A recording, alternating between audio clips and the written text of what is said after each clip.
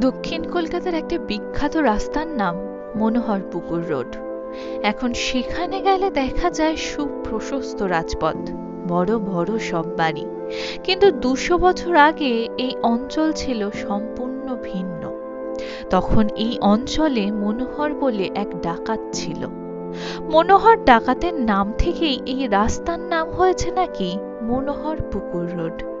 চলুন আজকের পর্বে তবে শুনে নি তারই গল্প। নমস্কার, চ্যানেল সেকালে কালে অজানাকে জানার সন্ধানে আপনাদের সকলকে স্বাগত। পর্বটি ভালো লাগলে লাইক কমেন্ট শেয়ার করবেন, সাথে সাবস্ক্রাইব করে পাশে থাকার অনুরোধ রইল। চলুন তবে শুরু করা যাক।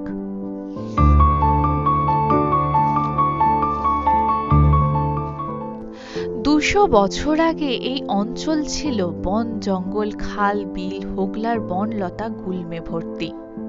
পথঘাট কিছুই ছিল না, খুবই সামান্য মানুষের বসতি ছিল এখানে। একদিকের এক ছোট খাল দিয়ে চলতো নৌকা। সুন্দরবনের যাত্রীরা কাঠ কাটতে, মধু পাড়তে এবং শিকার করতে এই পথেই যেত। জঙ্গলের মাঝে লোকচক্ষুর আড়ালে বাস করত জলদস্যু ও ডাকাতের দল। আর তাদের মধ্যে বাস করত এক বিখ্যাত ডাকাত, যার নাম ছিল মনোহর বাগদি। তার বাড়িতে ছিল দুটি মাটির দেওয়াল দেয়া ঘর। ঘরে খড়ের ছাউনি। তার স্ত্রী ছিল না। এক বুড়ি পিসি করত মনোহরের জন্য রান্না বান্না। বাড়ির কর্ত্রী সেই। তার বাড়ির কাছেই ছিল একটা ছোট ভাঙা মন্দির, পাষাণী কালীর মন্দির। ডাকাতরা এই মূর্তিটির নাম দিয়েছিল কঙ্কাল মালিনী। কোনো অলংকার ছিল না দেবীর অঙ্গে। ডাকাতেরা নিত্য পূজা করত এই দেবী মূর্তির। ছাগল বলি হতো, মহিষ বলি হতো, কিন্তু অমাবস্যা ও পূর্ণিমায় হতো নর বলি।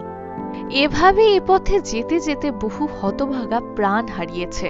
একবার কালীঘাট থেকে মায়ের পুজো করে 3 জন লোক ফিরছিলেন এই পথ দিয়ে। তারা রাজপুর গ্রামের বাসিন্দা।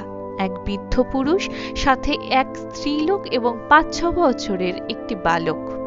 অন্ধকারে পথ হারিয়ে তারা এক আলোক বিন্দু দেখে সেদিকে আসতে শুরু করে। পথে ছিল একটি খাল, সাথে ডোবা এবং পাশে ঘন হোগলার বন।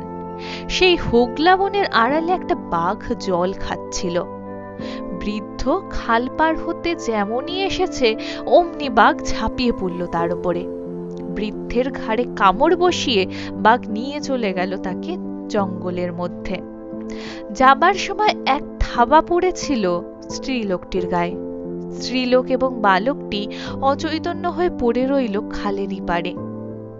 সেই পথে গভীর রাতে ফিরছিল মনোহর ও তার সঙ্গীরা। দলের সামনে এক ডাকাত হাতে মশাল নিয়ে চলছিল। সেই প্রথম দেখল দেহ দুটি। সে হাঁক পারল, সর্দার, এখানে একটা মরা পড়ে আছে তো। মনোহর বলল, কে মারলে? উত্তর এলো, বড় শেয়াল হবে। সেই সময় স্থানীয়রা বাঘকে বলল বড় শেয়াল। কাছে এসে মনোহর দেখে বলল, নিয়ে চল, বোধহয় বেঁচে আছে। মনোহরের ঘরে এনে তাদের সেবা শুশ্রূষা করার পরও স্ত্রীলোকটিকে বাঁচানো গেল না। ছেলেটিকে নিয়ে মনোহর পড়ল মহা ফ্যাসাদে।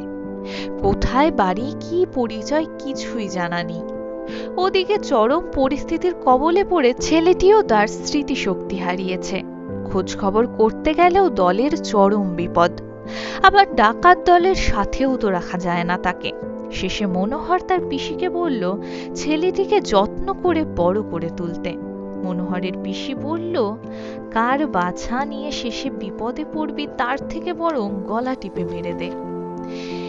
এই কথা শোনার পরে মনোহর গর্জে উঠল, বলল, তুই মেয়ে মানুষ হয়ে এ কথা বলিস?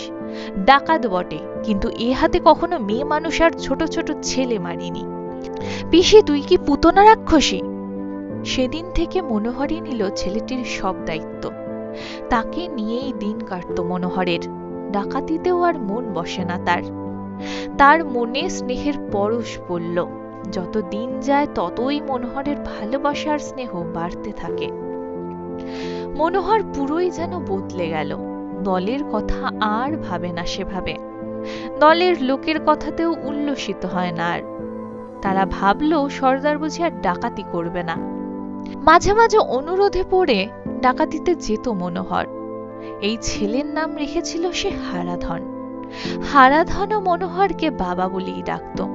কোনোদিন ডাকাতিতে বের হতে তৈরি হলে হারাধন মনোহরের গলা জড়িয়ে ধরে বলতো, বাবা তুই কই যাস?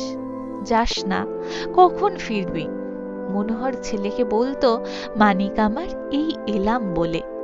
ধীরে ধীরে মনোহরের বয়স বাড়তে থাকলো, তার শক্তিও আর থাকলো না আগের মতো। মনোহর মনে মনে ভাবতে থাকলো, সে না থাকলে কি হবে তার ছেলের। সে সময় ভবানীপুর অঞ্চলে খ্রিস্টান পাদ্রীরা পাঠশালা খুলে গরিব ছেলেমেয়েদের পড়াতেন, খ্রিস্টান করতেন, বাইবেল পড়াতেন। একদিন মনোহর তার ছেলেকে নিয়ে এই স্কুলে ভর্তি করিয়ে দিলেন। তার নাম হলো হারাধন বিশ্বাস। হারাধন ছিল খুবই মেধাবী। সে যত্ন করে লেখাপড়া শিখত এবং বাড়ি এসে মনোহরকে বলতো, বাবা সব সময় সত্য কথা বলতে হয়, চুরি ডাকাতি করতে নেই, সৎ পথে চলতে হয়।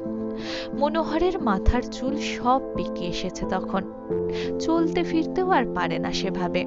এদিকে কোম্পানির রাজত্বও শুরু হয়েছে, চুরি ডাকাতি রাহাজানিও কমে এসেছে, ফাঁড়ি থানার সৃষ্টি হচ্ছিল তখন। চারিদিকে কড়া নজর, মনোহরের দলও ছিন্ন ভিন্ন হয়ে গেল। এখন আর মনোহর তার ছেলেকে ছেড়ে এক মুহূর্তও থাকতে পারে না। ক্রমে মনোহরের শেষ সময় ঘনিয়ে আসতে থাকে, তার সাথে তার মনে বাড়তে থাকে অনুতাপ। কিন্তু মনোহর হারাধনকে তার পূর্ব জীবন সম্পর্কে কিছুই বলে না, পাছে সে ঘৃণা করে তাকে। শেষ সময় মনোহর চাষবাস করেই জীবন কাটাতে থাকে। হারাধনও সাহায্য করে মনোহরকে। তারপর একদিন জ্বরে পড়ল মনোহর, তার উত্থান শক্তিও রইল না আর। মনোহর হারাধনকে ডেকে বলল, শোন, এদিকে আয়, মাটির ওই জায়গা একটু খুঁড়তো। কেন বাবা? দেখ না খুঁড়ে। হারাধন খুঁড়তে শুরু করলো। খুঁড়তে খুঁড়তে সে পেল 3 ঘড়া মোহর, টাকা আর অনেক সোনা রূপা। মনোহর কাঁপা কাঁপা হাতে হারাধনের হাত ধরে বলল, বাবা এসব তোর, আমি আর বেশি দিন বাঁচব না। আমি মরে গেলে ঘটা করে শ্রাদ্ধ করবি, কাঙাল দুঃখীদের যত্ন করে খাওয়াবি, কয়েকটা দিঘি পুকুর কাটিয়ে দিবি। এদিকে তো গ্রীষ্মকালে জলের খুব কষ্ট, গরু মোষ জল পায় না, মানুষ জল খেতে পায় না। এই কাজ অবশ্যই করবি, ভালো বাড়ি ঘর করে সুখে বাস করবি। বড় ইচ্ছে ছিল তোকে একটা সুন্দরী মেয়ে দেখে বিয়ে দেব, তা তো আর হলো না, সে সুখ আমার কপালে নেই। মনোহর ডাকাত মরল। হারাধন তার সব কটি কথা অক্ষরে অক্ষরে পালন করেছে, অনেক দিঘি পুকুর কাটিয়েছে। লোকজন এসব পুকুরগুলিকে বলতো মনোহরের পুকুর। আজ মনোহর নেই, হারাধনও নেই, তবু তাদের অমর করে রেখেছে দক্ষিণ কলকাতার মনোহর পুকুর রোড। এই ছিল কলকাতার মনোহর পুকুর রোডের গল্প। আজকের পর্বটি কেমন লাগলো অবশ্যই কমেন্ট করে জানাবেন। ভালো লাগলে লাইক করবেন, শেয়ার করবেন, সাথে সাবস্ক্রাইব করে পাশে থাকবেন। সবাই খুব ভালো থাকবেন। আবার ফিরে আসবো অন্য কোনো গল্প নিয়ে। আজ তবে আসি, ধন্যবাদ।